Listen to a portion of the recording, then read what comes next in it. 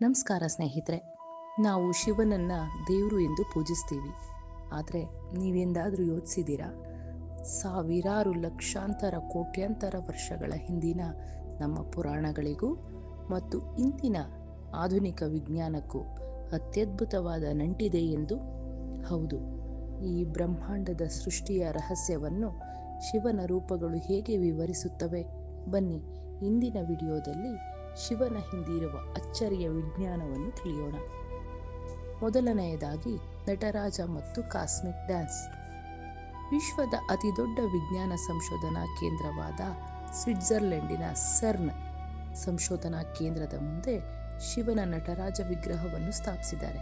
ಯಾಕೆ ಗೊತ್ತೇ? ಏಕೆಂದರೆ ಆಧುನಿಕ ವಿಜ್ಞಾನದ ಪ್ರಕಾರ ಈ ಬ್ರಹ್ಮಾಂಡದ ಪ್ರತಿಯೊಂದು ಕಣವೂ ಸದಾ ಚಲನೆಯಲ್ಲಿರುತ್ತದೆ. ಇದನ್ನೇ ವಿಜ್ಞಾನಿಗಳು ಕಾಸ್ಮಿಕ್ ಡ್ಯಾನ್ಸ್ ಅಥವಾ ತಾಂಡವ ನೃತ್ಯ ಎಂದು ಕರೆಯುತ್ತಾರೆ. ಶಿವನ ಆನಂದ ತಾಂಡವ ನೃತ್ಯವು ಈ ಶಕ್ತಿಯ ನಿರಂತರ ಹರಿವನ್ನು ಮತ್ತು ಸೃಷ್ಟಿ ಲಯದ ಸಮತೋಲನವನ್ನು ಪ್ರತಿನಿಧಿಸ್ತಾ ಇದೆ.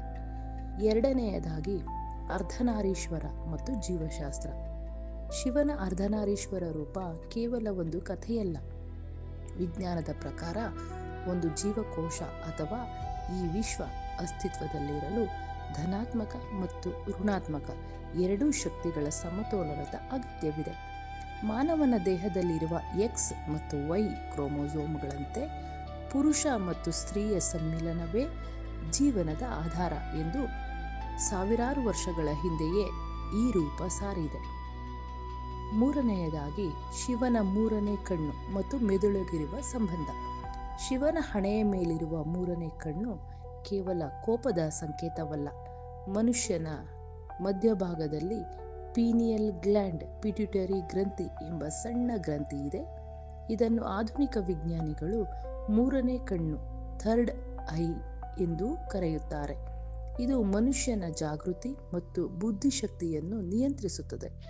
ನಮ್ಮೊಳಗಿನ ಸುಪ್ತ ಶಕ್ತಿ ಜಾಗೃತವಾಗುವುದೇ ಶಿವನ ಮೂರನೇ ಕಣ್ಣು ತೆರೆಯುವ ಸಂಕೇತ.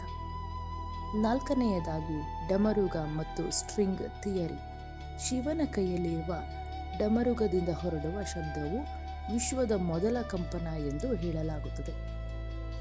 ಇಂದು ವಿಜ್ಞಾನದ ಸ್ಟ್ರಿಂಗ್ ಥಿಯರಿ ಸಹ ಇದನ್ನೇ ಹೇಳ್ತಾ ಇದೆ. ಈ ಪ್ರಪಂಚದ ಪ್ರತಿಯೊಂದು ಕಣವು ಒಂದು ನಿರ್ದಿಷ್ಟ ಕಂಪನದಲ್ಲಿ ಅಡಗಿದೆ. ಈ ಅದೃಶ್ಯ ಕಂಪನವೇ ಶಬ್ದ, ಅದೇ ಓಂಕಾರ. ಹೀಗೆ ಶಿವ ಎಂದರೆ ಕೇವಲ ಒಬ್ಬ ದೇವರಿಗಿಂತ ಮೀರಿದ ಅಗಾಧವಾದ ವಿಜ್ಞಾನ, ಅಥವಾ ವಿಜ್ಞಾನಕ್ಕೂ ಮೀರಿದ ಅಗಾಧ ಶಕ್ತಿ. ನಮ್ಮ ಪೂರ್ವಜರು ಈ ಸಂಕೀರ್ಣ ಸತ್ಯಗಳನ್ನು ನಮಗೆ ಸುಲಭವಾಗಿ ಅರ್ಥವಾಗಲಿ ಎಂದು ಸಂಕೇತಗಳ ರೂಪದಲ್ಲಿ ನೀಡಿದ್ದರೇನೋ. ಇಂತಹ ವೈಜ್ಞಾನಿಕ ಹಿಂದೂ ಧರ್ಮ ನಮ್ಮ ಹೆಮ್ಮೆ, ನಮ್ಮ ಗರ್ವ, ನಮ್ಮ ಘನತೆ. ಆಧ್ಯಾತ್ಮ ಮತ್ತು ವಿಜ್ಞಾನ ಒಂದೇ ನಾಣ್ಯದ ಎರಡು ಮುಖಗಳು ಎನ್ನುವುದಕ್ಕೆ ನಮ್ಮ ಶಿವನೇ ಸಾಕ್ಷಿ. ಈ ಮಾಹಿತಿ ನಿಮಗೆ ಹೇಗನ್ನಿಸ್ತು? ಕಮೆಂಟ್ ಮಾಡಿ ತಿಳಿಸಿ. ವಿಡಿಯೋ ಇಷ್ಟವಾದರೆ ಲೈಕ್ ಮಾಡಿ, ಶೇರ್ ಮಾಡಿ. ಓಂ ನಮಃ ಶಿವಾಯ.